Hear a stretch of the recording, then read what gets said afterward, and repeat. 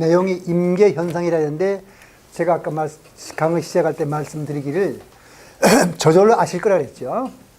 그러니까 지금 수행에서 이 강의의 그 초점은 점수와 도노입니다. 그죠? 왜냐하면 500세 전에 심은 성근이 어떻게 변화 없이 있다가 어느 순간 믿음을 통해서 이제 환심을 내고 깨침에 이르게 될 거니까 점수와 도노인데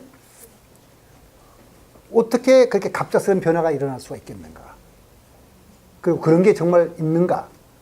우리가 우리의 인간의 마음과 자연현상을 통해서 그런 걸 찾아야 돼요. 그러니까 쉽게 말해서 임계현상이란 건 뭐가 약간 변함으로써 갑작스럽게 우리가 생각하고 있는 어떤 대상이 영 다른 걸로 바뀌어버리는 거. 예를 들어서 주무실 때는 평범한 범부로 주무셨는데 주무시는 중에 잠깐 뭔가 생각이 탁 바뀌어가지고 깨쳤다면 그 다음날 아침에 일어날 때는 부처가 돼서 일어날 수 있거든요. 그런 게 임계현상입니다. 그러니까 뭔가 갑작스럽게 바뀌는 거.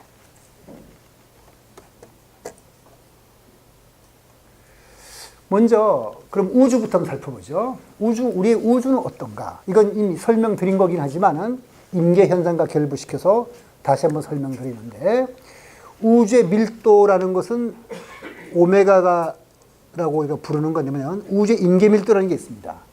이 임계밀도라는 건 딴 게 아니라 요 밀도에 보다 크면은 우주가 계속 팽창하고 요 밀도보다 작으면 도로 수축해버리는 꼭 경계가 되는 그 밀도를 우리가 임계밀도라고 그러는데 그래서 우주의 밀도를 우리 현재 살고 있는 우주의 밀도를 임계밀도로 나눠버리면 1이 된다면은 뭐죠? 1이 된다면은 임계밀도가 똑같다는 거죠. 우주가. 근데 대충 실험을 해보면 우리의 우주는 현재의 우주와 바로 임계밀도하고 거의 같아요. 근데 재밌는 거는 만일 이 오메가라 부른 이 양이 오메가 초기에 1보다 약간만 컸더라면 크단 말은 우주의 밀도가 임계밀도보다 크다는 얘기죠. 우주의 밀도가 크다는 말은 이 속에 있는 우주 밀도가 크다는 말은 힘이 세니까 잡아당긴다는 얘기죠. 왜냐하면 만유인력에서 잡아당기니까 우주가 팽창을 빵 하고 터졌다 순간 그 속에 들은 물질이 많으니까 도로 끌려 들어가서 쪼그라들어서 사라지고 없었으면 우리는 태어나지 못했을 겁니다. 반대로 만약 오메가가 1보다 약간만 작았더라면 그래서 물질의 양이 임계밀도보다 작았더라면 잡아당기기 힘이 약하니까 우주가 팍 퍼져나가면서 근데 우리 우주는 아시다시피 쿼크라든가 전자 같은 게 모여서 원자를 이루어야 되거든요. 원자를 이루지 못했을 거예요. 그러면 그랬어도 우리는 태어나지 못했을 겁니다. 우리가 우리 우주라는 건 아주 아슬아슬한 그런 경계치에 있어요. 우리가 사실은. 그런데 이 경계치인데 그 경계치가 어느 정도 오차냐? 여러분들한테 몇 번 물어봐서 대답을 했지만 오늘 한번 더 물어볼게요. 서울과 부산까지 거리가 450km. 근데 그걸 측정을 자로 쟀는데 오차가 1m라 그러면은 그 정밀하게 잰 거라고 할 수 있나요? 저랑 얘기를 안 하기로 한 거는 아니겠죠? 그 정도면 정밀하다고 할 수 있죠? 네. 네, 그냥 할 수 있는데 태양과 지구 사이 거리는 1억 5천만 킬로미터거든요. 그때 오차가 1m라면은 대단히 정밀하다고 할 수 있겠죠. 근데 그 정도가 아니라 이 오메가는 그 정도가 아니고 10의 마이너스 15승 정도 오차니까 요거보다 약간 크거나 작다는 말은 뭐냐면은 태양과 지구 사이 거리를 쟀는데 10의 마이너스 15승 정도의 오차란 말은 그 오차가 태양과 지구 사이 거리를 0.1mm 정도밖에 되지 않아야 된단 말이에요. 그거보다 약간 크거나 작다면 문제가 생긴다니까. 그러니까 얼마나 우리 우주가 아슬아슬한 상태에서 진화해 왔는지를 말해주는 거죠. 그러니까 요거보다 그러니까 태양과 지구 사이 거리를 쟀는데 비율을 들으면은 0.1mm보다 약간만 오차가 컸더라면 그냥 빵 터졌을 거고 약간만 작았더라면 도로 수축했을 거고 이런 얘기입니다. 그러니까 우리는 굉장히 우리 우주는 아슬아슬한 경계선에 있다. 그럼 이런 아슬아슬한 경계선에 있을 때는 무슨 일이 일어나는 건가를 우리가 살펴보는 것이 바로 임계 현상인데 우리 생명체는 정말 아슬아슬한 조건에 탄생했어요. 태양과 지구 사이 거리를 재는데 0.1mm 오차보다 조금 더 크거나 작으면 안 된다는 말은 얼마나 아슬아슬한 거예요. 그만큼 우리 인간은 또 귀중한 존재라고도 할 수 있어요. 그렇게 정밀하게 딱 조정했으니까. 조건이 조금만 달라졌다면 우주는 전혀 다른 모양이 되었을 것이다. 자, 그럼 우리가 사는 세상과 우리 마음에서 이런 아슬아슬한 일이 어느 정도 일어날까요? 그러니까 우주가 팽창할 때 그냥 한 번 일어나는 정도로서 끝나고 말까? 아니면 거의 항상 그런 일이 일어날까? 어쩌다 한 번쯤 일어날까? 이거를 한번 살펴보자는 얘기입니다. 예비적 고찰, 예측하지 못한 사건들. 1914년 6월 23일 오전 11시에 오스트리아 황태자 페르난드 대공이 황태자 비랑 차를 타고 지금의 보스니아니에요. 그 당시에 그 보스니아 헤르체고비나 크로아치아는 누구의 영토였냐면 오스트리아 영토였었습니다. 지금 슬로베니아까지. 그래서 페르난드 황태자가 길을 잘못 들었거든요. 차 타고 길 잘못 들는 것은 늘 일어나는 일입니다. 우연히 일어날 수 있는데 그런데 하필이면 그 차가 우연히 길을 잘못 들었는데 바로 오스트리아에 대해서 적대적인 행동을 취하고 누가 황태자를 보기만 하면 암살하겠다고 마음을 먹은 이 학생인데 가브리엘로 프린치프 앞에 딱 멈춰섰어요. 그래서 빵빵 터지는 순간 오스트리아 황태자 부부가 암살되고 세계 1차 대전이 발발합니다. 그래서 5년간 그 전의 전쟁에서는 보통 몇만 명이 죽었어요. 몇만 명이 죽어서 큰 전쟁이라고 그랬는데 1천만 명이 1차 대전 때 죽었습니다. 2차 대전 전 죽었고요. 이런 대단한 사건은 그냥 우연히 일어난 거예요. 많이 일어날 수 있는 사건 중에. 우리가 지금 사는 세상의 모습을 보고 싶은 거거든요.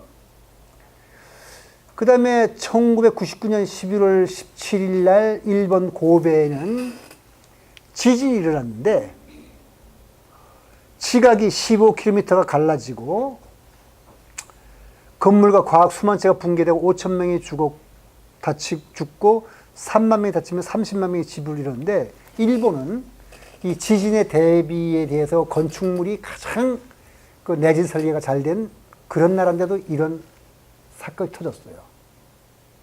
이게 항상 일어날 수 있는 건지 어떤 건지 우리가 지금 살펴보려고 하는 거거든요. 그 다음에 1987년 10월 19일 검은 월요일 날이라고 하는 날 미국 주식이 대폭락을 했습니다.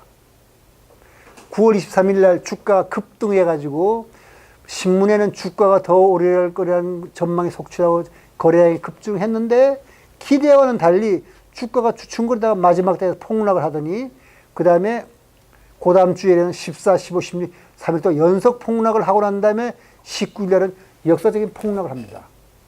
특별한 이유는 없었어요. 그냥 그랬어요. 그 다음에 플래시 크래시라는 거는 뭐냐면은 이걸 딱 펴놓고 하죠. 워들 앤드 리드 파이낸셜 그 주식회사가 스탠다드 앤 푸어스 500의 선물을 41억 불어치 삽니다. 41억 불어치면 대단히 크죠. 2010년 봄에. 근데 이 사람이 5월 달에 보니까 그리스의 채무 수준이 유럽 중앙은행이 정한 한계를 초과했다는 걸 알자 이제 이거 안 되겠구나 이렇게 좀 팔자 싶어서 40배 조금씩 팔았어요. 그러니까 누군가가 파는 대로 사다가 이상하다.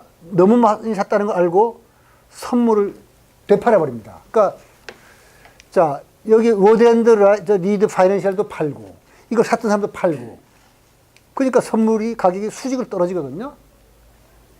그러니까 선물 가격이 폭락하자 주식 중개인들이 아, 이 너무 싸지 않냐? 우리가 그럼 선물을 사야겠다 싶어서 자기가 갖고 있던 주식을 팔합니다.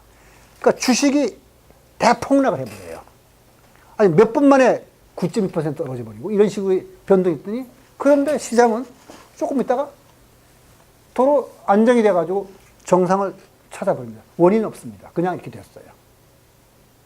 이건 뭘 말하냐면은 아까 고베 지진이라든가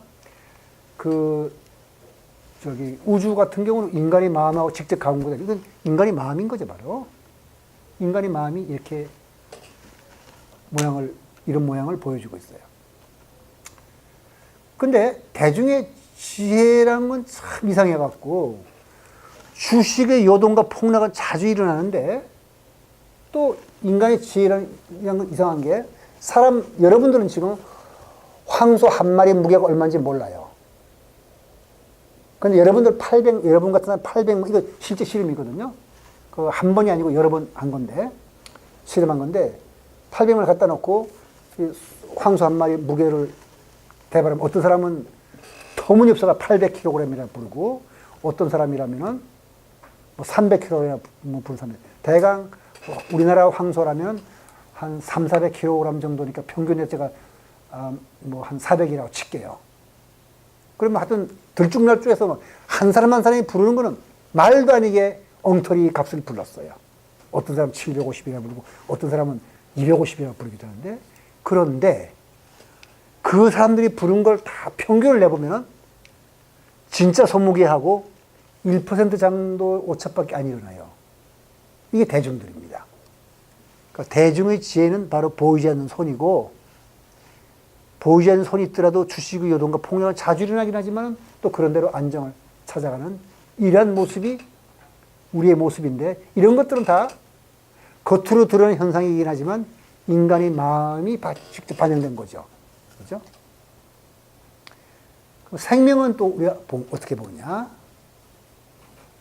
생명에는 어떤 변화가 있냐 한번 볼까요? 5억 5천만 년 전에 감브리아 기에 갑작스럽게 여러 가지 생물들이 폭발적으로 출현합니다. 그러다가 대략 5번에 걸쳐서 생명이 갑작스럽게 멸종이 일어나는데 세상은 그렇게 돼 있어요. 그렇게 변동이 심하다는 뜻입니다. 이 시기 동안 대략 15종류의 문이 예고 없이 갑자기 생겨났어요. 여기 문이라는 게 여러분이 감각이 없을 테니까 제가 조금 이따 가르쳐 드릴게요. 하여튼 15종류의 문이 생겼다는 말은 어마어마하게 많은 종류의 생물체가 생겨났다는 거거든요. 갑작스럽게 그것도. 너무 갑작스럽게 생겨나니까 이 갑작스러운 생물의 문의 증가는 다윈이 고민했을 정도로 진화론으로 설명하기 어려운 현상으로서 이를 감브리아기의 대폭발이라 부르는데, 왜냐면 진화론에 의하면은 점진적으로 뭐가 좀 변화가 쌓였다가 뭐가 바뀌어야 되는데 그런 거 없이 그냥 갑자기 생물이 확 생겨나니까 다윈이 생각하기를 과연 내 진화론이 맞나 이렇게 고민을 했을 정도예요. 근데 감브리아기의 대폭발기는 바로 고생대 첫 시기이고 지금부터 5억 2천만 년에서 시작 4억 8천만 년 정도에 끝나는 건데, 감브리아 기의 시작은 고생대가 시작된 시기며 감브리아 기의 끝은 오르도비스로 이어지는데, 감브리아 기는 해면이나 히드라 종류보다 복잡한 다세포 생물의 화석이 많이 발견되기 시작한 첫 번째 시기다. 다시 말해 뭐가 많이 생겨났다는 얘기죠. 그러면 아까 문이라고 했죠. 문을 우리가 사람을 분류하면은 사람은 동물계입니다. 그러니까 개라 그러면 엄청나게 크게 뭔가 동물계, 식물계 하니까 그런 거죠. 그 다음이 문이에요. 그러니까 척추동물 문 하니까 15가지 종류의 문이 생겨났단 말은 어마어마하게 많은 종류의 그 생명체가 생겨났다는 거거든요. 그래서 여기 보는데 개, 동물계, 식물계, 문 하면 척추동물문, 절지동물문, 종자식물 이런 식으로 이런 것이 15개 생겨났다니까 그 뒤에 이르는 종류의 그 동물의 종은 뭐 얼마나 많이 생겨났겠어요. 그 감브리아 대폭발을 했거든요. 근데 폭발했으면 됐는데 또 그것들이 갑자기 멸종을 해버려요. 팍 솟았다가 멸종해버리고 이게 멸종을 해버려요. 이렇게 이런 식으로. 5번. 하나, 둘, 셋, 넷, 5번. 어느 정도 멸종했냐? 여기 보다시피 오르도비스기에는 속이 50%가 멸종했으니까 속은 종보다 훨씬 큰 가면인데 어마어마한 종류의 생물이 멸종했고, 대봉기에도 종이 70%가 멸종했고, 페름기는 종이 96%가 멸종했습니다. 그 다음에 트라이아스기에는 속이 48종이 멸종했고, 백악기에는 종이 75% 멸종했고, 이런 식으로 대멸종이 있고, 이건 대멸종인 거고요. 중간중간에 멸종가 치면 20, 30번이 있어요. 지구는 이렇게 변동이 심해요. 근데 재밌는 거는 이렇게 어마어마하게 페름기 초기에 어마어마하게 그 페름기가 시작되기 전에 어마어마하게 양치 식물이 번성해가지고 번성했으면 그 식물 죽을 거 아니에요. 죽은 동물의 시체가 쌓이다 보니까 다른 생물이 살아갈 수 없을 정도로 이 강이나 바다가 오염되니까 멸종해버린 겁니다. 번성은 멸종하게 되어 있어요. 그럼 앞으로 인류세는 어떻게 될 건가? 그러니까 다시 말해서 이건 뭘 보여드리냐면은 우주도 변동이 심한 아주 그런 선에서 아슬아슬한 시기에 있었던 거고, 우리 인간의 마음도 그 주식시장을 통해서 왔다 갔다 하는 거였고, 생물의 역사도 이런 식으로 변동이 심했어요. 그래서 이런 거를 연구를 이제 체계적으로 한 사람이 유명한 사람으로서 페르박이라는 사람인데, 제가 좀 이따가 이 사람이 쓴 책을 하나 소개시켜 드릴 텐데, 여러분이 만일 복잡계에 대해서 그 흥미가 있다면 딴 책은 보시면 안 되고, 왜 안 된다냐면은 어렵거나 귀찮게 썼거나 또 너무, 그런데 이 사람은 정말 쉽게 올바르게 썼던, 다시 말해서 복잡계의 개념을 완벽하게 정리해서 실력 있는 사람은 쉽게 쓰나 봐요. 만약 제 강의가 어렵다 느끼셨다면 제가 실력이 없어서 그런 거 되죠. 어쨌든 이 사람은 이 복잡계라는 걸 이론적으로 정리해서 오늘날 우리가 말하는 복잡계가 이런 거라고 말해준 사람인데, 이 사람이 연구란 건 딴 게 아니에요. 물리학자라면 거창한 무슨 가속기를 만들거나 뭐 정견기기로 뭐 이렇게 다 관찰하고 복잡한 이론으로 뭘 할 것 같은데, 이 사람이 한 일은 모래알을 떨어뜨리는 거였습니다. 모래알을 이렇게 쭉 이렇게 떨어뜨려 먹거든요. 여기에서부터 이 관찰을 해가지고 이제 복잡계 이론의 기본을 만드는 건데, 모래알을 하나씩 천천히 탁자 위로 떨어뜨리면 모래산이 형성되지만 계속 모래가 쌓이진 않아요. 그런데 모래더미가 어떤 경사가, 요 경사죠. 경사가 어떤 임계치에 이르면 그때는 모래가 한 알만 떨어뜨려도 모래알은 경사면에 흘러내립니다. 그런 거를 우리가 임계 상태라 불러요. 그러니까 약간만, 모래알 하나란 말은 약간만 변하잖아요. 약간의 변화만 주더라도 상태가 민감하게 반응하는 그러한 상태를 우리가 임계 상태라 부르거든. 그리고 그때 일어나는 변화의 현상을, 변화한 현상을 바로 임계 현상이라고 부르는 거죠. 그래서 사태가 이제 일단 일어나면 모래더미의 크기가 줄어들고 모래가 계속 떨어지면 무너질 때까지 커지다가 다시 무너지는 일이 반복되고 계속 떨어뜨릴 테니까. 그래서 낙타의 허리를 부러뜨리는 지푸라기 하나라는 말씀을 들어보신 적이 있겠죠. 낙타는 지푸라기 하나 얻는 데서 허리가 안 부러져요. 그러나 임계 상태에 이르게 되면, 하지만 낙타가 짐을 200kg까지 옮길 수가 있는데 200kg까지 딱 실었어요. 그러면 그때 지푸라기 하나 얹으면 낙타 허리가 부러지겠죠. 그런 것이 바로 임계 치고 임계 상태라고 그러는 겁니다. 그래서 물음을 하길래, 그러면 사태가, 모래가 그 임계체에 이르면은 어떤 임계체에 모래가 무너져 내리는 사태가 있는데, 그럼 사태의 전형적인 크기는 얼마인가? 다시 말해서 무너지는 모양이 모래가 1000개가 무너지는 게 제일 많고, 뭐 1개가 무너지거나 100개가 무너지는 것이 또 어떻게 되느냐?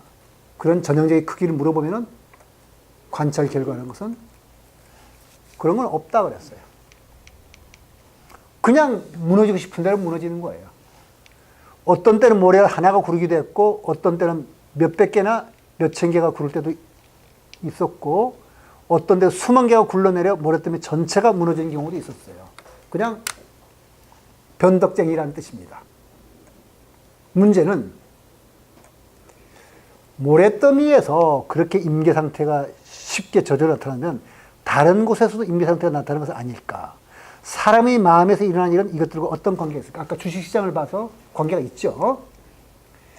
불법 수행은 이런 일과 어떤 관련이 있을까 하는 것을 살펴보는 것이 오늘 강의의 주제인 점수와 도노입니다. 그 임계 상태와 임계 현상 한번 볼까요? 예비적 고찰. 일반적으로 기체는 압력을 가하면 액체가 돼요. 근데 온도가 어느 한계를 넘으면 아무리 압축을 가해도 액화하지 않는데 이것도 임계 상태가 돼서 이제 눌러도 안 되려나 그러나 보죠. 그러니까 아마 배터리가 다 닳았나 보죠. 그랬나 보네요. 이 한계의 온도를 기체의 임계 온도라 하고 임계 온도에서 기체를 액화시키는 데 필요한 압력을 임계 압력이라 불러요. 그리고 임계점의 상태의 기체를 임계 상태에 있다는데 물의 경우에는 대개 섭씨 374.15도씨예요. 임계점을 전후로 임계점보다 약간 낮은 경우와 높은 경우에 기체 성질이 완전히 바뀝니다. 그러니까 그런 것이 바로 임계 현상이라고 우리가 하는 건데, 그러니까 헬륨을 그 임계점보다 조금 높을 때면 유체가 그냥 보통 유체니까 우리가 보통 흘러가는 유체인데 임계점보다 약간 낮아버리면 초유체가 돼가지고 점성이 없어가지고 이 유체가 벽을 타고 흘러내리기도 해요. 완전 성질이 달라지는 거거든요.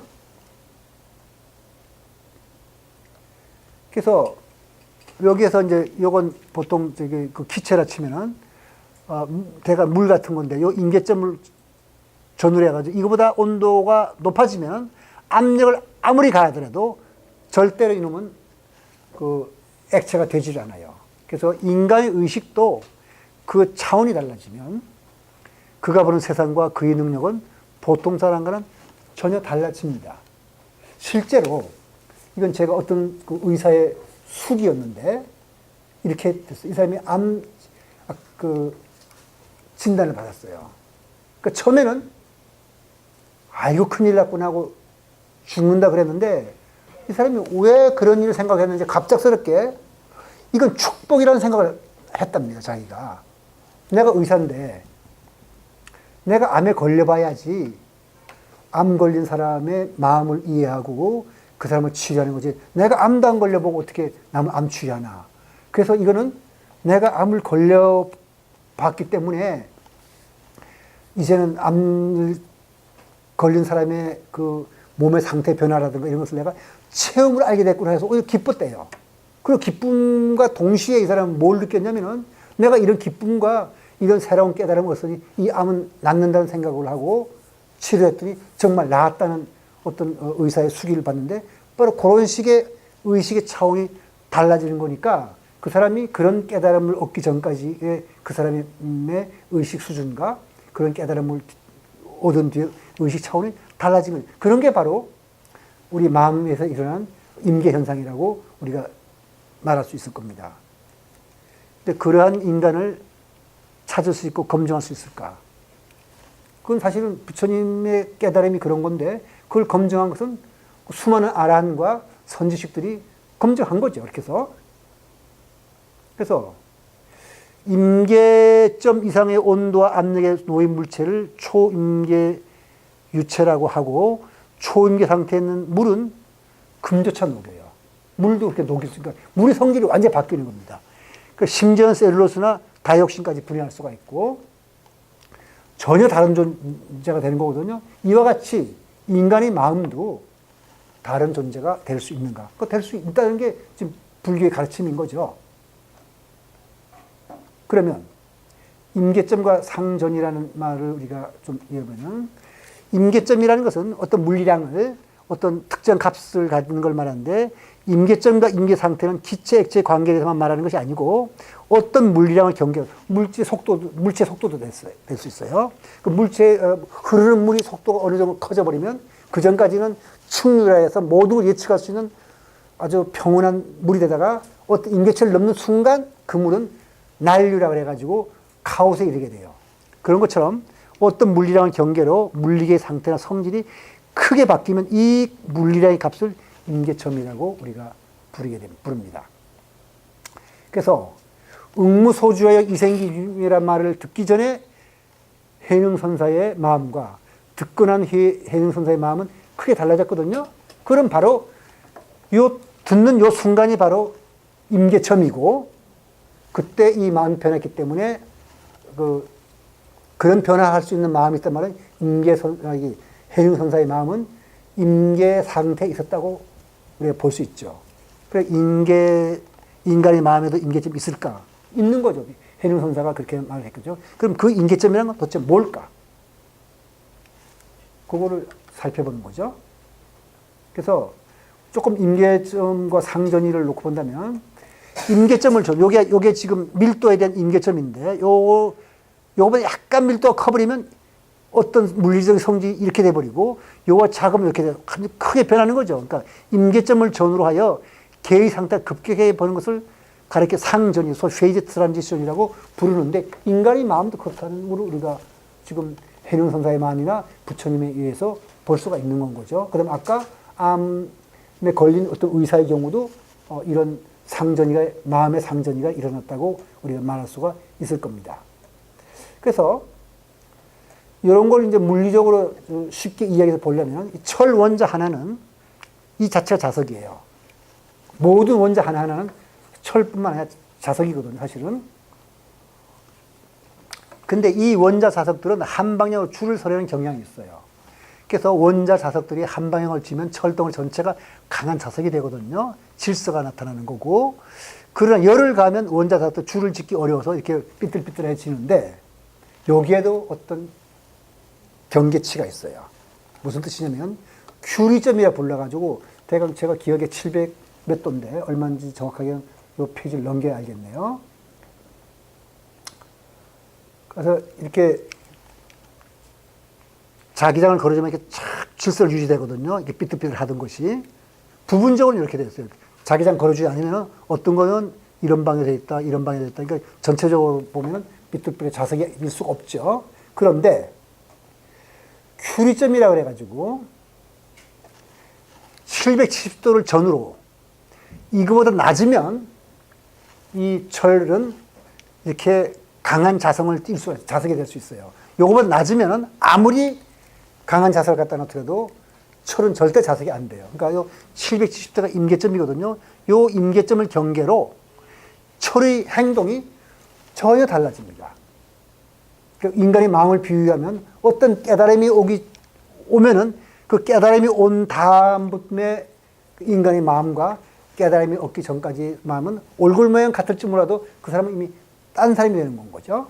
이런 것을 우리가 임계점이라고 부르는데, 바로 부처님이 금강경에서 말씀하신 것은 이걸 가르친 거라고 하는 거가, 이걸 제가 설명드리려고 오늘 강의의 제목을 점수와 도노라고 드린 겁니다. 그럼 임계점 부분에서는 임계점의 특징이란 건 뭐냐? 아주 작은 요동에 의해서 개의 상태가 카오스의 나비와 것처럼 민감하게 바뀌어요. 조금만 하더라도. 그래서 고려하는 시스템이 임계점과 멀리 떨어져 있으면 일반적으로 시스템의 구성요소의 사이의 상호작용은 작아요. 이 구성요소의 상호작용이 작은데, 임계점 반가에 가면은 이 구성요소 사이의 그 상호작용이 갑작스럽게 커져서, 그리고 그 구성요소들끼리 미치는 영향도 커져가지고, 작은 상태에서는 웬만큼 거기다가 뭐 흔들어 주더라도 큰 변화가 안 일어나는데, 임계점 부근에 이르게 되면은 구성원소들 사이에 상호작용이 긴밀해져가지고 아주 작은 요동이라도 거기다 가하면 개의 상태가 엄청나게 변해버립니다. 그래서 임계 현상은 이제 정리를 하자면은, 어떤 물리계가 상전이하는, 그러니까 그 상태가 확 바뀌는 거죠. 상전이하는 경계에서 큰 요동을 보이는 현상을 말하는 거고, 요동이 매우 크다는 것은 다른 의미로는 거기에 해당하는 계가 아주 작은 외부 작용에 있어도 엄청난 큰 반응을 보인다는 그런 뜻입니다. 그래서 인간 사회와 한번 임계 현상이 비교를 해보면은 우리 세상은 어떤가? 이 세상이 임계 상태에 있다면 어떤 임계 현상이 있을 거거든요. 여기 작은 일 하나가 역사적인 사건에 영향을 준 적이 있는가? 많아요. 그 중에 하나가 프린치피의 저격 사건으로서 1차 대전이 일어난 거라면, 두 번째는 모기 한 마리가 바꾼 세계 역사는 제가 지난번에 얘기를 했죠. 티무르가 만일 천산산맥을 넘어서 중국 명나라로 들어왔더라면 세계 역사가 바뀌었을 거예요. 근데 모기 한 마리가 티무르를 뭐 깨물어서 말라리아에 걸려 죽는 바람에 세상이 바뀌었어요. 그 다음에 알렉산더 대왕은 더하죠. 인도까지 정벌 하고 돌아가던 길에 이 사람이 모기에 물려서 죽었는데, 만일 알렉산더 대왕이 모기에 안 물렸더라면 알렉산더의 계획에 의하면 이탈리아와 스페인과 북아프리카를 정복하려고 했었습니다. 만일 그렇게 했더라면 로마라는 나라는 태어나지 않았을 거예요. 알렉산더의 막강한 군대가 정복했을 테니까. 근데 세계 역사상 가장 강한 나라를 하나 꼽으라면 로마를 꼽았을 텐데, 그 세계사가 완전히 바뀌고 서양에서 바뀌었을 테죠. 이만큼 우리의 그 세상은 작은 거에 의해서도 크게 바뀌어요. 그 다음에 여기에 인간이 초래한 대형 참사를 보면은 타이타닉호의 침몰이라든지 챌린저호의 폭발이라든지 인도 보팔사 화학가스 참사라든지 1990년 영국 여객기 안누리가 떨어진 사건 같은 이런 사건들은 비행기가 날아가는데 안누리가 날아가면 어떤 사건이겠어요. 근데 그게 별거 아니고 사소한 실수로부터 일어난 거예요. 세상은 그렇게 돼요. 그리고 일어날 뻔한 사건만 보면은 1983년 9월 26일 0시 40분에 소련 모스크바 남부 위성 통제센터에 조기경보가 울렸어요. 근데 이것도 여기는 지금 하나를 봤었는데 5개가 울렸어요.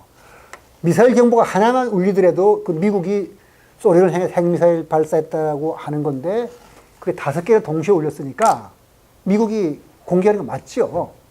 그러면 그때 당번인 책임자 페트로프 중령은 그걸 반드시 공산당 서기장인 브레즈네프한테 보고를 해야만 돼요. 그거 안 하면 그건 직무유기예요.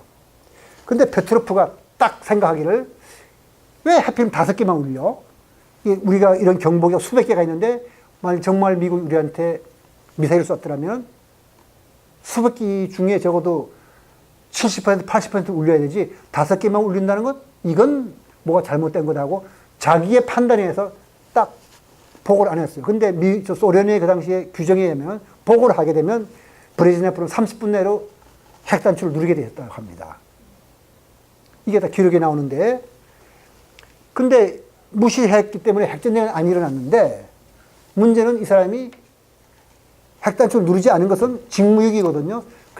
근데 또 핵단추를 안 눌렀기 때문에 핵전쟁이 안 일어났으니까 소련 정부에서 굉장히 고민하다가 이 사람을 규정대로 안 했기 때문에 그냥 전역을 시켰어요.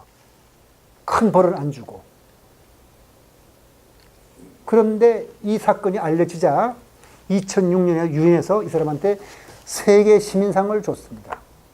그리고 2012년 독일에서 수여하는 드레스덴 상을 주는데 이게 우리가 살고 있는 현실이에요. 이 페트로프 중령이 이렇게 용단을 내리지 않고 다른 평범한 사람이 딴 사람이었으면 소련에 수많은 중령이 있는데 그 중에 딴 사람이었더라면 아마 보고했을 거예요. 우리가 이렇게 아슬아슬한 조건에 사는데 우리 모르고 있거든요. 편안하게. 근데 그거는 우리 마음속에서도 그렇게 일어나고 있어요. 근데 우리가 단지 모를 뿐이죠.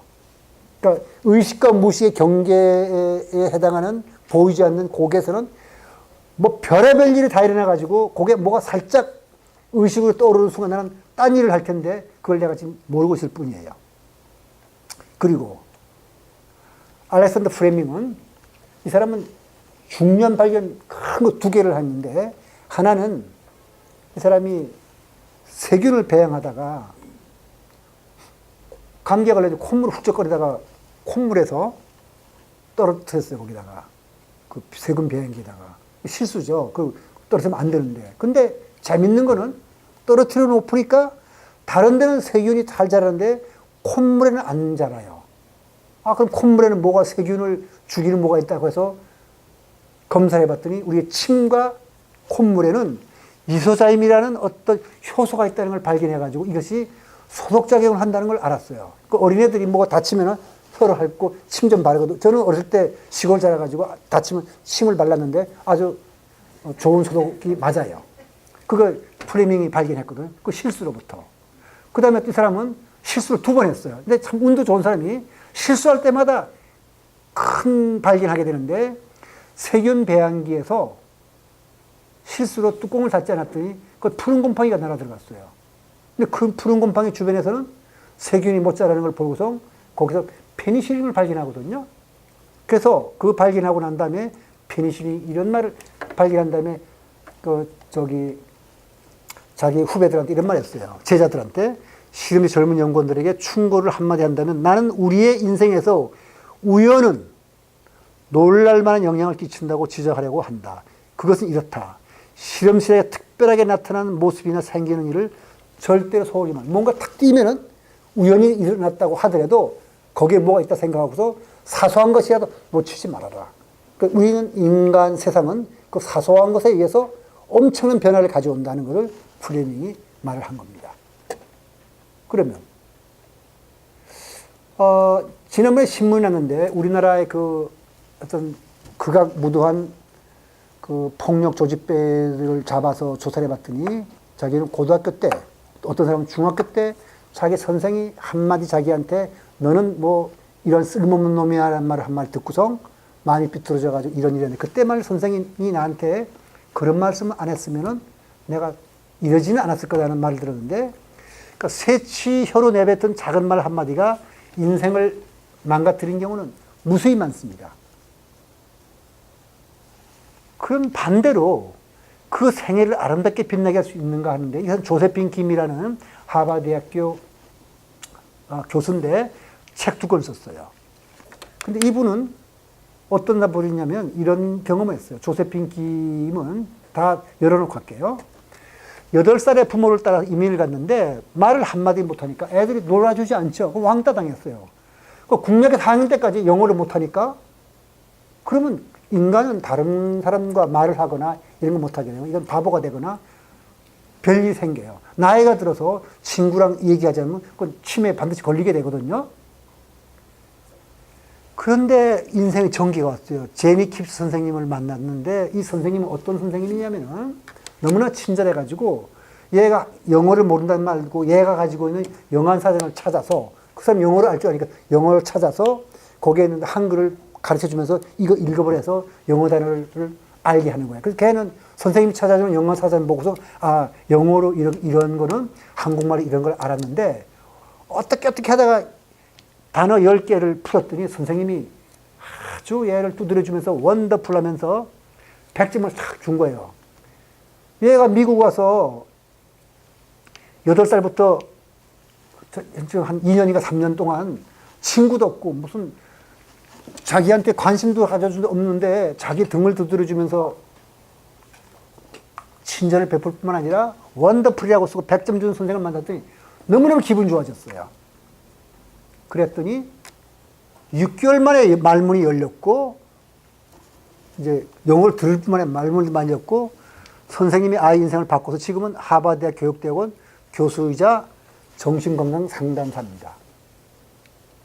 이런 일이 있거든요. 우리 인간의 마음은 이와 같이 작은 것에 의해서 확 바뀝니다. 그 조세핀 선생님이 한 말씀을 우리가 한번 배워둘 필요가 있어서 이거는 꼭 선생님과 학생과의 관계뿐만 아니라 배우자와 끼리가 아마 제일 필요한 말일지도 모릅니다. 그 부모와 자식. 그래서 불교라는 거가 우리가 자비를 베풀고 뭐 한다는데 제일 먼저 자비를 베풀려 할 때 보면은 집안일은 팽개쳐두고 자원봉사를 한다고 뭐 네팔도 가고 태국 가는 사람을 제가 아는데 그러지 말고 먼저 자기 마누라한테 잘해주고 또 자기 남편한테 잘해주고 하는 게 중요해요. 한번 볼까요? 이렇게 말씀하셨어요.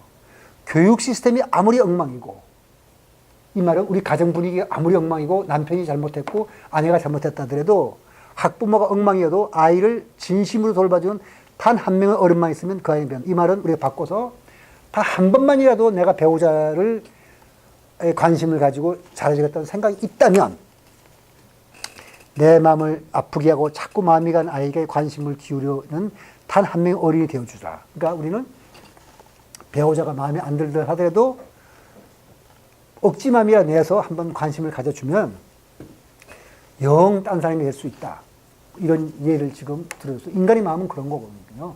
겉으로 보기에는 정말 형편없고 뭐 지금까지 아무것도 아닌 것 같은데 사실은 그렇지 않고 그 사람의 마음은 한마디에서 완전히 바뀔 수 있다는 것을 조세핀 김이 말하는지. 다시 말해 이렇게 말할 수 있죠. 조세핀 김의 이런 변화, 자존감의 변화란 말은 제니 킵 선생님이 원더풀하고 100점을 주기 전까지는 이렇게 바닥에 있었어요. 그런데 어느 순간 갑자기 바뀌어서 영어를 잘하는 아이가 6개월 뒤에 잘하는 아이가 되는 거거든요. 이런 게 임계현상입니다. 그리고 임계점이라는 건 바로 이때 제니 킵 선생님이 너는 100점짜리 하고 말해준 그 순간일 테고요. 그럼 이것이 아무 때나 일어나느냐? 그런 건 아니죠. 바로 임계현상과 점수도는 어떻게 되냐면은, 그러니까 인간의 마음은 어떠냐? 부처님 말씀하신데 한번 읽어볼게요. 아까 주식 폭락도 인간이 가져온 거고 다 한데 사람들은 성장하고 늙어가고 죽어가는 몸을 싫어한다. 그렇지만 의식은 싫어하지 않고 이것은 나다 영혼이다 하고 매달린다. 그러나 마음은 끊임없이 변한다.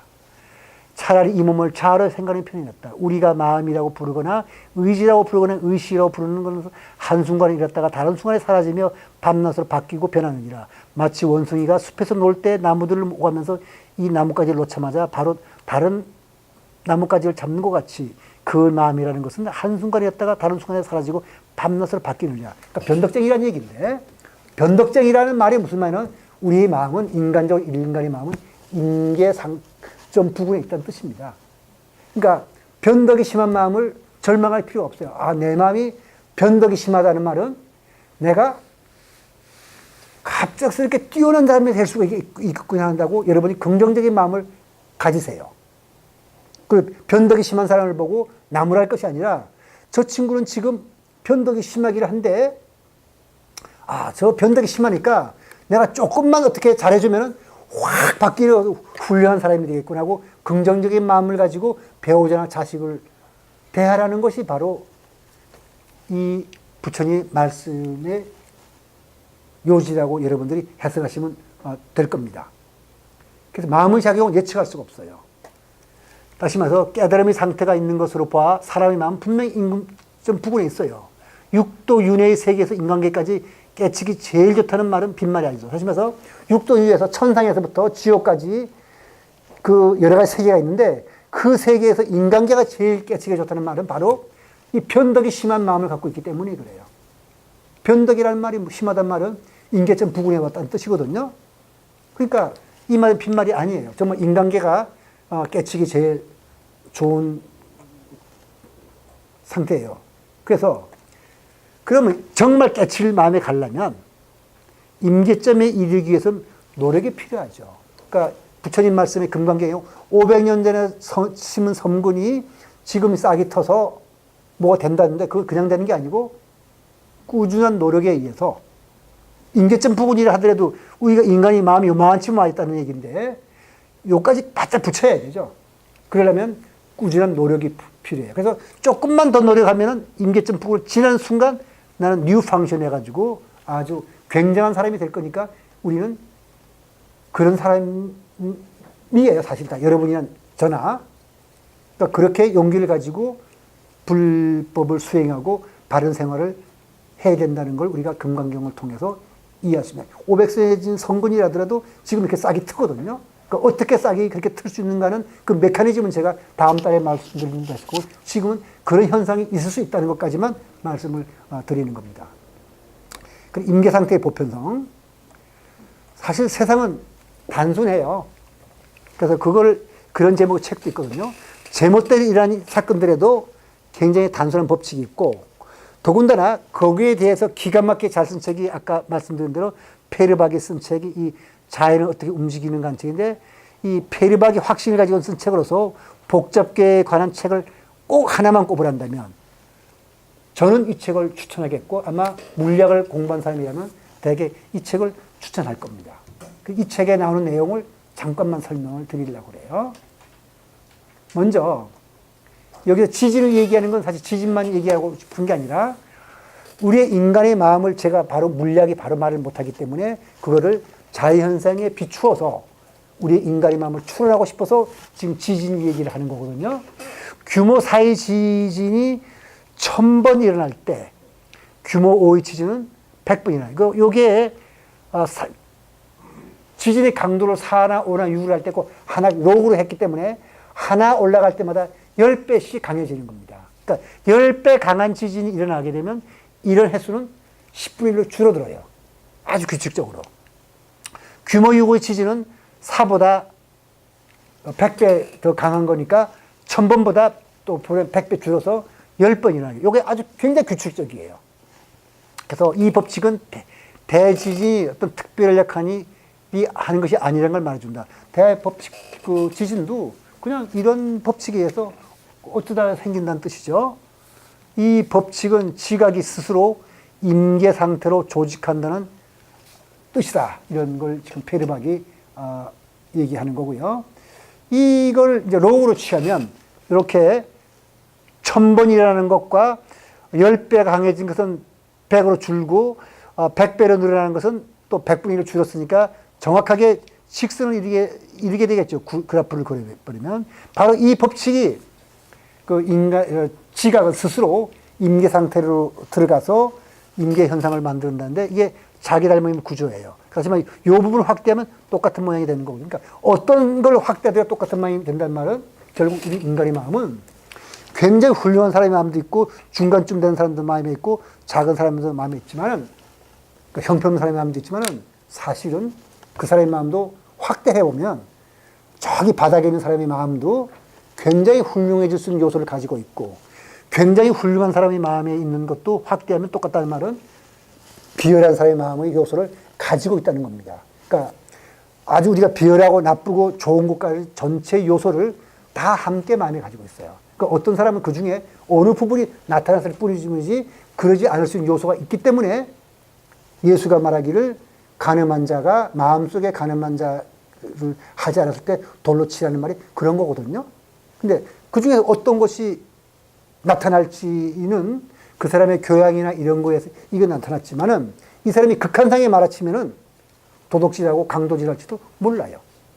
그런 거를 우리가 이걸 깨닫고 내가 지금 비록 잘못하거나 못한 일을 했다 하더라도 나도 굉장히 훌륭한 짓을 쓸 마음이 가지고 있다고 생각할 수 있을 거고 반대로 내가 굉장히 지금까지 바르게 훌륭하게 살았다 하더라도 나한테도 마음에서도 깨치기 전에는 그릇될 요소가 있다는 걸 경계하고서 우리가 마음 공부를 하라는 게 구텐베르크 리트의 법칙에서부터 우리가 깨달을 수 있는 마음의 법칙일 겁니다.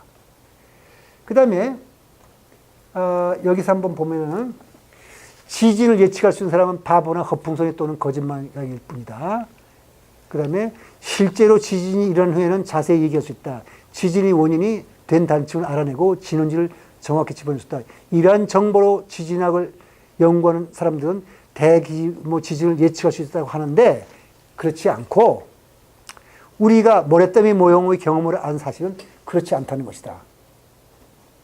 그냥 지진은 일어난다. 일어난 일을 정확히 설명할 수 있다고 해서 앞으로 일어날 일을 예측할 수 있다는 것은 아니다. 모든 세상사가 다 그럴지도 모른다. 원인 없는 결과는 없어요. 그러나 결과가 정해진 것이 아니다는 걸 말해주는 거죠. 다시 말해서 지금 비록 내가 어떤 상태에 있다 하더라도 현재의 나의 의지와 분발력에 의해서 노력을 하면 내 운명은 확 바뀔 수 있다는 것을 이 내용이 우리가 알아들을 수 있을 겁니다. 그래서 자기 닮음에 이건 크게 주중한 건 아닌데 이 세상은 이렇게 전체가 그렇다는 건데 냉동 감자를 던져보더라도 냉동 감자가 아무렇게 쪼개지는 것이 아니라 굵은 조각, 작은 조각도 참으로 묘한 규칙이 있어요. 감자 조각의 무게를 2배로 늘리면 감자 조각 숫자는 6분의 1 줄어들어. 이런 규칙성으로 해서 근데 물리학자들이 다 감자를 벽에다 던져가지고 일일이 세봤어요. 이렇게. 그래서 발견한 거거든요. 그러니까 물리학자들이 거창한 기계로 하는 게 아니고 어떤 사람은 모래를 훑어보고 연구하고 어떤 사람은 감자를 얼려갖고 벽에다 던져가지고 하는 거거든요. 그러니까 그런 지수의 법칙을 하고 그다음에 면화시장의 가격 분포라든가 도시 크기 이런 것들도 우연히 생긴 것 같은데도 조사해 보면 묘하게 규칙이 있습니다. 근데 이게 바로 자기 닮음의 법칙인데 우리 마음도 그렇거든요. 그러니까 우리 마음 속에서도 여러분들도 어떤 사람이라 하더라도 악인과 악마와 신과의 모든 마음을 다 가지고 있고 아무리 훌륭한 사람들도 똑같은 걸 갖고 있다는 걸 아시고 거기에 대해서 우리가 공부하고 노력을 하자는 취지로 제가 이런 말씀을 드리는 겁니다.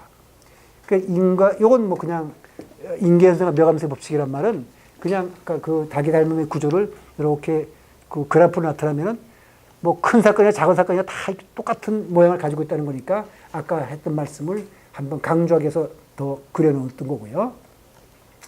근데 이건 아주 중요한 거예요.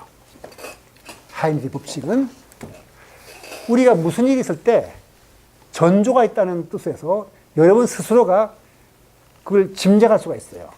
그러니까 좋은 일이든 나쁜 일이든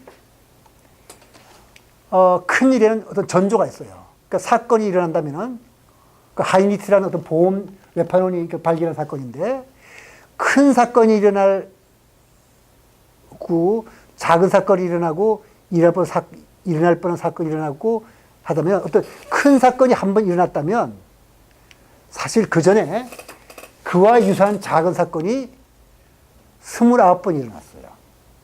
그 다음에 사건이 일어났지 않았지만 사건이 일어날 뻔한 경우가 300번은 되고 그 다음에 그런 사건이 일어날 뻔하지는 않았지만은 그럴 수 있는 잠재성이 3000개는 된다. 이게 하이니케 법칙입니다. 근데 우리 마음속에 어떤 충동이 일어났다면 그게 바로 일어날 뻔한 사건인 거죠. 근데 잠재성은 보이진 않지만 그러면 어떤 충동이 있다면 나한테는 이런 사건을 일으킬 수 있는 가능성이 있다고 미리 알아채는 거거든요. 그래서 이것을 우리가 수행과도 우리가 결부시켜서 생각해 볼 수 있는데 하이니케 법칙을 인간의 수행 단계에 해석하면 수행과 의식의 발전 단계는 의식의 발전 단계는 사실 여러 가지가 있거든요. 꼭 본부가 깨치는 것뿐만 아니라 중간 단계에서 굉장히 착해졌다가 또 더 중간 단계에서 지혜가 늘어난 이런 단계가 있는데 먼저 남보다 뛰어난 인품을 가지려면 하이니케 법칙에 의하면 10배 정도 노력을 가져야 돼요. 그럼 29대 300이니까. 그 다음에 남보다 지도할 인품을 가지려면 30배의 노력이 필요하다는 얘기죠. 그런 노력을 해서 그 부분의 임계점에 가야 정말 점프가 일어난다는 얘기죠. 따라서 점수와 도노 500세 전에 500년 전에 심었던 성군이 싹을 트기 위해서는 이 하이니케 법칙에 따른 꾸준한 노력이 필요합니다. 노력이 필요해서 그러니까 남을 지도할 인품을 가지려면 남보다 30배 노력, 남보다 뛰어나려면 저에서 10배 노력을 가져와서 임계점 부근에 이르러야 그 점프가 일어난다는 얘기니까 이게 바로 점수와 도노의 법칙으로서 그 500세 전에 심었던 선근이 이러한 꾸준한 노력을 거쳐서 어느 순간 점프해서 깨달음의 길을 걸을 수 있다는 것이 이 금강경의 부처님의 설법의 내용이라고 저는 그렇게 이해하고 여러분들에게 그런 말씀을 드렸습니다. 물론 여기에 대해서 의문을 가지거나 또 새로운 어떤 좋은 아이디어 있는 분은 토론 시간에 말씀 드리시면 되겠죠. 그래서 정리를 해보면은 임계점으로 우리가 깨닫기 위해서는 임계점으로 끌고 가는 과정이 바로 점수인데 점수 없는 도노는 없어요. 따라서 깨달으려면 꾸준한 노력이 필요한데 그때 과정 하나하나를 다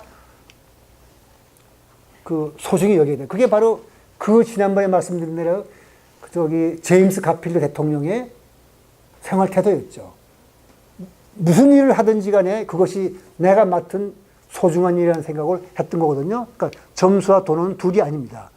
그러니까 돈은 수승한 것이고 점수는 도난보다 못한 걸 해버리면 아까 스키너의 쥐처럼 돼버리죠. 히스와 그 쥐처럼 되는 거죠. 그러니까 점수는 집터고 돈은 집이라고 말씀인데 목표 달성과 목표 달성을 위한 과정을 분리할 수가 없습니다. 여러 경전에서 부처님은 이 법은 처음도 좋고 중간도 좋고 나중에도 좋다고 하셨는데, 이는 부처님이 삶의 과정 한순간이 다 같이 소중하고 일깨웠기 주신 것이기 때문에 우리는 저 먼 목표를 가져야 하더라도 그 목표에 이르는 과정 하나하나를 다 소중하게 여기고 꾸준히 소용을 통해서 임계점까지 이르는 노력은 해야 된다는 것. 그것이 오늘 금강경의 내용이라고 생각을 합니다. 오늘 강의 여기서 마치도록 하겠습니다.